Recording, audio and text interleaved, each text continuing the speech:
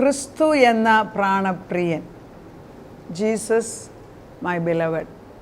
ഉത്തമഗീതം 2-ാം അധ്യായത്തിൻ്റെ 13 തൊട്ട് 16 വരെയുള്ള വാക്യമാണ് ഇതിനെടുക്കുന്നത്. കഴിഞ്ഞ ദിവസങ്ങളിൽ മഹത്വത്തിൻ്റെ പ്രത്യാശയാകുന്ന ക്രിസ്തു നമ്മളിൽ വസിക്കുമ്പോൾ സ്ഥാനപരമായിട്ടുള്ള മാറ്റങ്ങളെക്കുറിച്ച് പറഞ്ഞു. ഇതിൽ ആദ്യമേ ഞാൻ പറഞ്ഞത് പാപികളായിരുന്ന നമ്മൾ യേശു ക്രിസ്തുവിനെ സ്വീകരിച്ചു കഴിഞ്ഞപ്പോൾ സ്ഥാനപരമായിട്ട് വിശുദ്ധരായിട്ട് മാറിയിരിക്കുന്നു. ജസ്റ്റ് ലൈക്ക്, അത് വളരെ പ്രധാനമാണ്. ഒരു വിവാഹത്തിന് മുമ്പ് ചെറുക്കൻ പെണ്ണ് എന്ന് കഴിയുന്നവരെ വിവാഹം കഴിച്ചു കഴിയുമ്പം ഭർത്താവെ ഭാര്യ എന്ന് വിളിക്കുന്നത് പോലെ തന്നെ ദൈവത്തിൻ്റെ ആത്മാവ് നമ്മുടെ ഉള്ളിലേക്ക്, ക്രിസ്തുവിനെ സ്വീകരിക്കുമ്പോൾ പരിശുദ്ധാത്മാവാണ്, ആത്മാവ് ഉള്ളിൽ വന്നിട്ടാണ് നമ്മൾ ജീവൻ വെക്കുന്നത്. ആ നിമിഷം തൊട്ട് സ്ഥാനപരമായിട്ട് നമ്മൾ വിശുദ്ധരായി മാറിയിരിക്കുകയാണ്. സ്ഥാനപരമായിട്ട് ഭാര്യയും ഭർത്താവുമായി മാറിയിരിക്കുന്നവരെ പിന്നെ ജീവപര്യന്തം വരെ ഭാര്യയും ഭർത്താവുമായിട്ട് തന്നെയാണ് നമ്മൾ ദൈവം കാണുന്നത്. അവിടെ ഡിവോഴ്സ് ദൈവം ഉദ്ദേശിക്കുന്നില്ല. അവരെന്നും അങ്ങനെ തന്നെ ജീവിച്ച് മക്കളെ ഉണ്ടാക്കി കുടുംബജീവിതം നയിക്കണം എന്നാണ് ദൈവത്തിൻ്റെ കാഴ്ചപ്പാട്. അതുപോലെ തന്നെയാണ് ദൈവത്തിന് തൻ്റെ പരിശുദ്ധാത്മാവിനെ നമ്മുടെ ഉള്ളിൽ തന്നു കഴിഞ്ഞാൽ നമ്മളെ വിശുദ്ധരെന്നും ദൈവത്തിൻ്റെ മക്കളെന്നും ദൈവത്തിൻ്റെ രാജകീയ പദവിക്ക് യോഗ്യരെന്നും ദൈവം കണ്ടു കഴിഞ്ഞിരിക്കുകയാണ്. അതാണ് കഴിഞ്ഞ ദിവസം ഈ 3 ദിവസത്തെ മഹത്വത്തിൻ്റെ പ്രത്യാശ എന്ന ഗ്ലോറി, ക്രിസ്തു എന്നിൽ വസിക്കുന്നു. പ്രത്യാശ, അതായത് ഈ മഹത്വത്തിൻ്റെ മർമ്മം എന്താണെന്ന് ചോദിച്ചാൽ ക്രിസ്തു എന്നിൽ വസിക്കുന്നു. ആ ക്രിസ്തു വസിക്കുമ്പോൾ എൻ്റെ സ്ഥാനം, എൻ്റെ പൊസിഷൻ മാറുകയാണ്. ഞാൻ ആരെ എന്നുള്ള വ്യത്യാസം, അങ്ങനെ ട്രാൻസിഷനാണ്. ഒരു സ്റ്റേജ് മാറിയിട്ട് വിശുദ്ധൻ, മക്കൾ, പിന്നെയാണ് മക്കൾ കഴിയുമ്പോൾ രാജാവിൻ്റെ പദവി, അത് കഴിയുമ്പോഴാണ് ക്രിസ്തുവിൻ്റെ മണവാട്ടിയെന്ന്. അപ്പോൾ ഈ പരമോന്നതമായ പദവി എന്ന് പറയുന്നത് ക്രിസ്തുവിൻ്റെ മണവാട്ടികളായിട്ട് സഭ മാറുകയാണ്. ആ സഭയിൽ നമ്മളാണ്, ഓരോ വ്യക്തികളുമാണ്. വ്യക്തികളില്ലാതെ സഭയില്ലല്ലോ. അപ്പോൾ നമ്മൾ ഓരോരുത്തരുമാണ് ഇതിൻ്റെ ഈ ചിത്രത്തയ്യലുള്ള ഈ വസ്ത്രം തയ്ക്കുന്നതിൻ്റെ ഒരു പാട്ട് വഹിക്കുന്നതെന്ന് മനസ്സിലാക്കിയാൽ ക്രിസ്തുവിൻ്റെ മണവാട്ടി സഭയായിട്ട് നമ്മളെ മാറുമ്പോൾ അതിന് കുറേ പ്രക്രിയകളുണ്ട്. അതിൽ ഈ സോങ് ഓഫ് സോങ്സ് ഉത്തമഗീതത്തിൽ 2-ന്റെ 13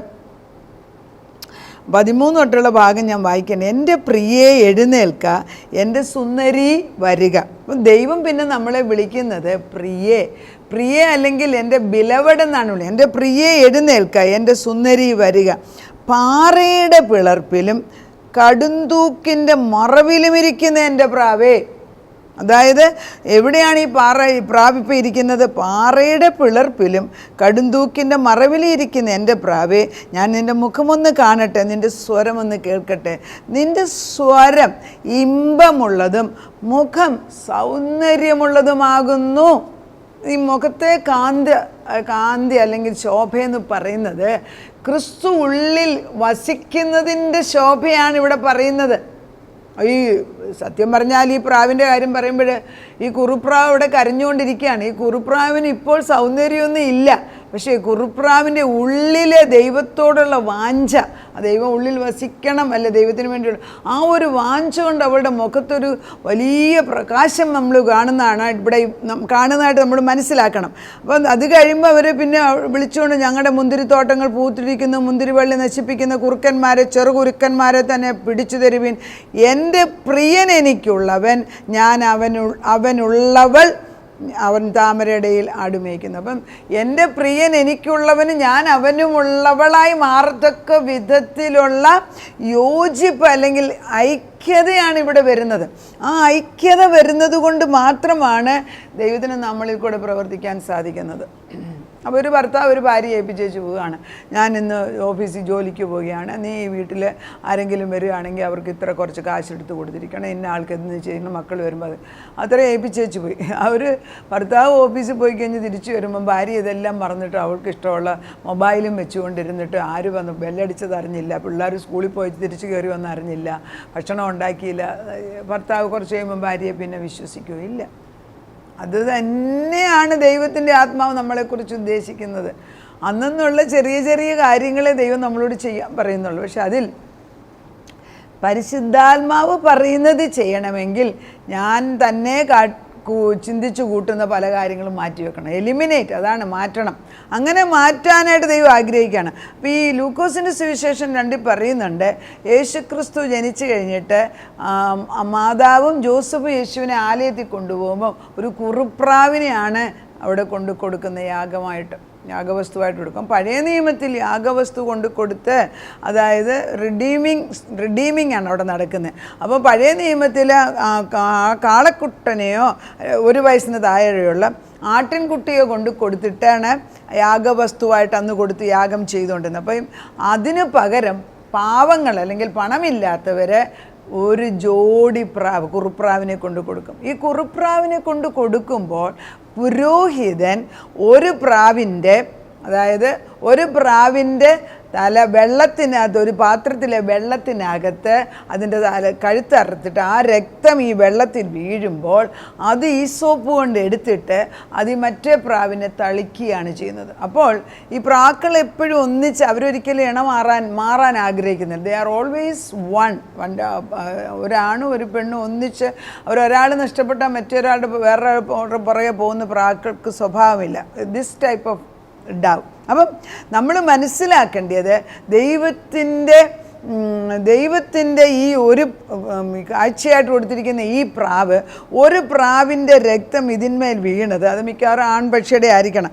അന്ന് വീണ ആ രക്തം അതെടുത്ത് ഈസോപ്പ് കൊണ്ട് മറ്റേ പ്രാവിൻ്റെ മേൽ തളിക്കുമ്പോൾ ആ പ്രാവിൻ്റെ മേൽ ചുമന്ന രക്തത്തിൻ്റെ നിറവും മണവും വരികയാണ്. അപ്പോൾ ഈ പ്രാവിൻ്റെ മേൽ ഈ രക്തത്തിൻ്റെ ചുവപ്പ് നിറവും മണവും വരുന്നതിനാൽ ഈ പെൺപ്രാവ് പിന്നെ ഇതിനെ പറപ്പിച്ചു വിടുകയാണ്. ഈ പറപ്പിച്ചു വിടുന്ന പ്രാവ് മറ്റു പ്രാക്കളുടെ അടുക്കൽ ചെന്നാൽ അതിനെ സ്വീകരിക്കത്തില്ല. കാരണം പ്രാവിനറിയാം വ്യത്യാസം, മണത്തിന് വ്യത്യാസം, രീതിക്ക് വ്യത്യാസം. അതിനാൽ ഇത് തന്നെത്താനെ പാറയുടെ കടുംതൂക്കിൽ പോയിരിക്കുമെന്നാണ് വചനത്തിനകത്ത് പറയുന്നത്. അങ്ങനെ പാറയുടെ കടുംതൂക്കിൽ തൻ്റെ പ്രാണനു വേണ്ടി ഞരങ്ങിക്കൊണ്ട് കരഞ്ഞുകൊണ്ടിരിക്കുന്ന ഒരു പ്രാവിനെ ആയിട്ടാണ് സഭയെ ഇവിടെ പറയുമ്പോൾ, ആ സഭയിലുള്ള ഓരോ വ്യക്തികളാകുന്ന നമ്മളെ ദൈവം എത്രയോ കാര്യമായിട്ട്, എത്രയോ വില കൊടുത്ത് സ്നേഹിക്കുന്നു എന്ന് നമ്മൾ മനസ്സിലാക്കണം. അവിടെയാണ് നമ്മൾ ദൈവത്തിൻ്റെ മഹത്വം മനസ്സിലാക്കുന്നത്. അതായത് എൻ്റെ പദവി എൻ്റെ മക്കളോട് ഞാൻ പറഞ്ഞു, എൻ്റെ ഹസ്ബൻഡ് നല്ലൊരു കുടുംബത്തിലാണ്. ഒത്തിരി കാര്യങ്ങൾ അദ്ദേഹത്തിൻ്റെ പൂർവ്വന്മാരുടേത് വന്നിട്ടുണ്ട്. അത് എന്താണെന്ന് മനസ്സിലാക്കി നിങ്ങളെടുത്താൽ നിങ്ങൾക്ക് കൊള്ളാം. അത് നിങ്ങളുടെ അവകാശത്തിൽ പെട്ടതാണെന്ന് നിങ്ങൾ മനസ്സിലാക്കി എടുക്കുമ്പോഴാണ് നീ മെച്യൂറാകുന്നത്. അത് പ്രാപിച്ചെടുക്കണമെങ്കിൽ നമ്മൾ മെച്യൂരിറ്റി നോക്കും. അതുപോലെ തന്നെയാണ് ദൈവത്തിൻ്റെ മണവാട്ടിയായിട്ട് നമ്മൾ നിൽക്കണമെങ്കിൽ ദൈവത്തിന് വേണ്ടി എത്രമാത്രം വിശ്വസ്തയോടെ മറ്റു ലോകത്തിൻ്റെ പുറകെ പോകാതെ നീ മാറി നിന്ന് ദൈവത്തിന് വേണ്ടി ജീവിക്കുന്ന വ്യക്തിയാകുമോ എന്ന് ദൈവം ശ്രദ്ധിച്ച് നോക്കുകയാണ്. പാറയുടെ പിളർപ്പിലും കടുംതൂക്കിൻ്റെ മറവിലിരിക്കുന്ന എൻ്റെ പ്രാവേ, ഞാൻ നിൻ്റെ മുഖമൊന്ന് കാണട്ടെ. എല്ലാ വിശ്വാസികളും വീട്ടിൽ ഭാരം അനുഭവിക്കുന്നവർ, പുരുഷനാണേലും സ്ത്രീയാണേലും, ഈ സത്യവചനം അറിയണം. ദൈവം നിങ്ങളെ നോക്കിക്കൊണ്ടേയിരിക്കുകയാണ്. നിൻ്റെ സ്വരം, നമ്മുടെ ശബ്ദം, നീ ഒന്ന് മിണ്ടണ്ട, എനിക്ക് നിന്നെ കേൾക്കേ വേണ്ടെന്ന് പറയുമ്പം കേൾക്കാൻ വില്ലിങ്ങായിട്ട് നിൽക്കുന്ന ഒരു ദൈവമുണ്ടെന്ന്. നിൻ്റെ സ്വരമെന്ന് ഞാൻ കേൾക്കട്ടെ. നിൻ്റെ സ്വരം ഇമ്പമുള്ളതും മുഖം സൗന്ദര്യമുള്ളതുമാകുന്നു. നമ്മുടെ സ്വരം ഇമ്പമാണ് ദൈവത്തിന്. ഒരു മനുഷ്യനോട് വിദ്വേഷമുണ്ട്, ദേഷ്യപ്പെടും. നമ്മളിപ്പോൾ ഭാര്യഭർത്താക്കന്മാർ അങ്ങോട്ടും ഇങ്ങോട്ടും വഴക്കുണ്ടാക്കും. അത് രാത്രിയാകുമ്പോൾ അവർ പിണങ്ങിയത് അങ്ങോട്ടും ഇങ്ങോട്ടും പറഞ്ഞ് ക്ഷമിക്കുന്നത്, ദാറ്റ് ഈസ് കോൾഡ് ലവ്. അത് മനുഷ്യനായതിന് വ്യത്യാസം. പക്ഷേ അതിൻ്റെ പേരിൽ മിണ്ടാതെ ഇരിക്കുന്ന ഒരു കുടുംബത്തിൽ തന്നെ 13 വർഷം വരെ, പിന്നെ അവർ മാറി അങ്ങ് താമസിക്കുക. ഭർത്താവ് ഉണ്ടായിരുന്നെന്ന് പോലും ഇല്ലാത്ത വിധത്തിലുള്ള ചിന്തകൾ ഭാര്യയിൽ. അതുപോലെ തന്നെ ഭർത്താവിനും വരികയാണെങ്കിൽ ദാറ്റ് ഈസ് ക്രൂവൽറ്റി. അത് ദൈവത്തിൻ്റെതല്ല. അത് ദൈവം അതിനെ വെറുക്കുന്നു. അത് പരിശുദ്ധാത്മായിട്ട് ഒരു കണക്ഷനുമില്ല.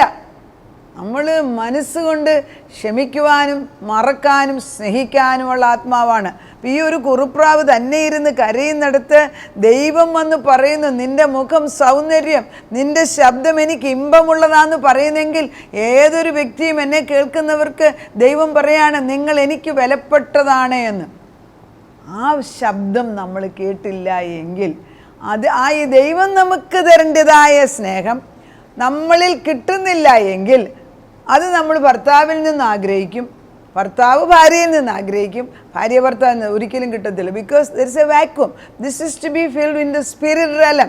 ആത്മീക ഗോളത്തിൽ ഇത് ഫില്ല് ചെയ്ത് കിട്ടേണ്ട ഏറിയയിൽ മനുഷ്യൻ കാണിക്കുന്ന കുറച്ച് ഒരു സാരി വാങ്ങിച്ചു കൊടുത്തോണ്ടെന്നോ അല്ലെ ഭർത്താവിന് ഒരു നന്മ ചെയ്തുകൊണ്ടെന്നോ ഒരു കാര്യത്തിൽ ഇത് നേടുന്നില്ല.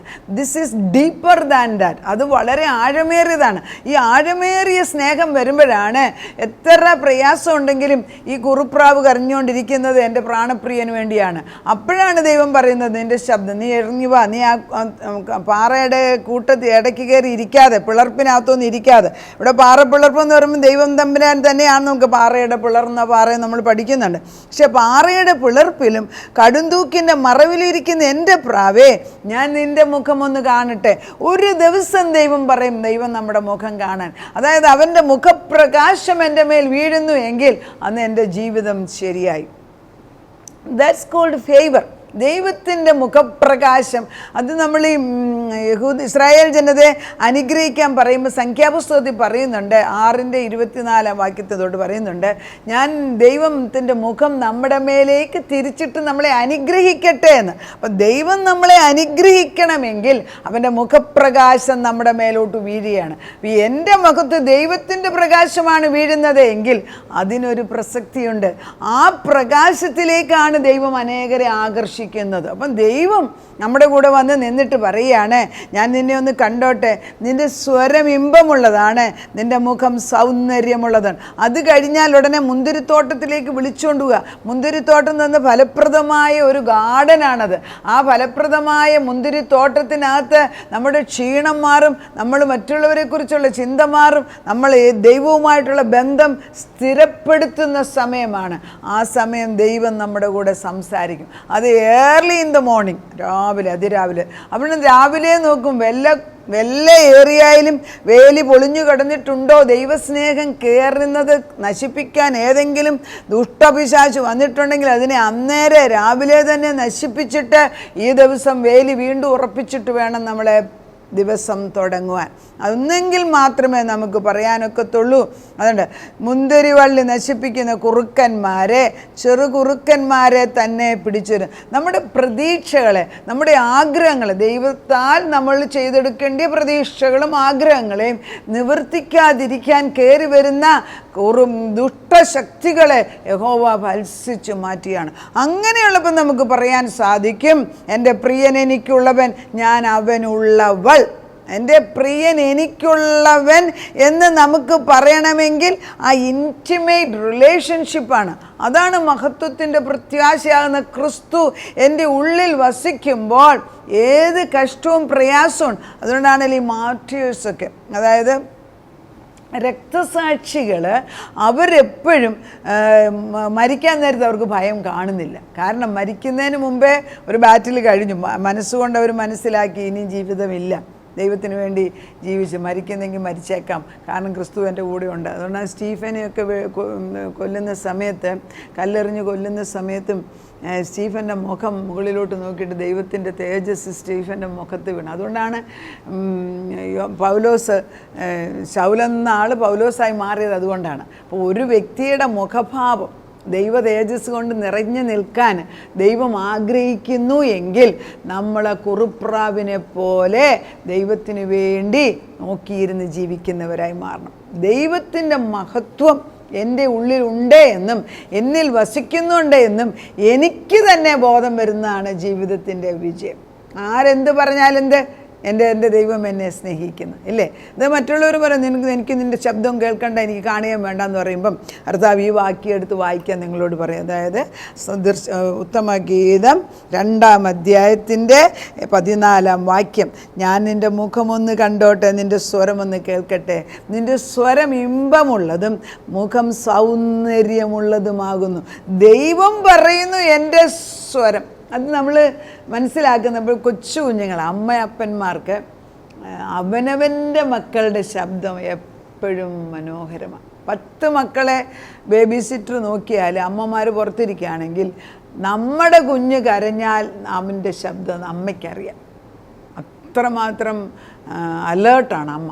അതുപോലെ തന്നെയാണ് എവിടെയെങ്കിലും ഒരു കുറുപ്രാവ് വേദനയോടെ ദൈവത്തിൻ്റെ ജീവിതത്തിൽ പല പ്രയാസങ്ങളോർത്ത് സങ്കടപ്പെട്ടിരിക്കുന്നു എങ്കിൽ ദൈവത്തിൻ്റെ പരിശുദ്ധാത്മാവ് പറയുകയാണ്, അല്ലയോ കുറുപ്രാവേ, ഞാൻ നിന്നെ കണ്ടു കഴിഞ്ഞിരിക്കുന്നു. നീ ആ പാറയുടെ പിളർപ്പിൽ നിന്ന് പുറത്തോട്ടൊന്ന് ഇറങ്ങി വാ, ഞാൻ നിൻ്റെ മുഖമൊന്ന് കാണട്ടെ. നീ എന്നോട് സംസാരിക്ക്, ഞാൻ നിന്നോട് സംസാരിക്കാം. എന്നോട് നീ സംസാരിക്കുന്ന ശബ്ദം ഇമ്പമുള്ളതാണ്. മറ്റുള്ളവർ പറഞ്ഞേക്കാം, മരുമക്കൾ പറഞ്ഞേക്കാം, അല്ലെങ്കിൽ ഭർത്താവ് പറഞ്ഞേക്കാം, അല്ലെങ്കിൽ അപ്പൻ പറഞ്ഞേക്കാം, അല്ലെങ്കിൽ കൂട്ടുകാർ പറഞ്ഞേക്കാം, എനിക്ക് നിന്നുമായിട്ടുള്ള ബന്ധം വേണ്ട, നിൻ്റെ ശബ്ദം കേൾക്കണ്ട. There is a God who faithfully calls you on a daily basis. വെറുതെ വല്ലയിടത്തും പോയി സമയം കളയല്ലേ, കർത്താവിൻ്റെ അടുക്കിലേക്ക് കടന്നു വാ. അവൻ നിങ്ങളെ മാടി വിളിച്ചു കൊണ്ടിരിക്കുക. അവൻ്റെ ദിവ്യ സ്നേഹത്തിലേക്ക് കടന്നു പോകാം. അങ്ങനെ വരുമ്പോഴാണ് നമുക്ക് പ്രയാസങ്ങൾ വരുമ്പോഴേ, ഒത്തിരി പ്രയാസം വരുമ്പോഴാണല്ലോ ആളുകൾക്ക് മറ്റുള്ളവരെ കാണാൻ ഇഷ്ടമല്ല, കാരണം അവർ വരുന്നൊരു ശല്യം. അപ്പം അവിടെ ഒരു ഇൻഡയറക്റ്റായിട്ട് അപ്പുറത്തൊരു കാര്യം, ആരും ഇല്ലാത്തപ്പോൾ നമ്മൾ ദൈവത്തിൻ്റെ അടുക്കിലേക്ക് ചെല്ലും. എന്തോ ദൈവം ആ സമയത്ത് പഠിപ്പിക്കും. പിന്നെ ഇന്ന് കണ്ട കഷ്ടം നാളെ മാറുന്നുള്ളത് നിശ്ചയമാണ്, ആ ഉറപ്പുണ്ട്.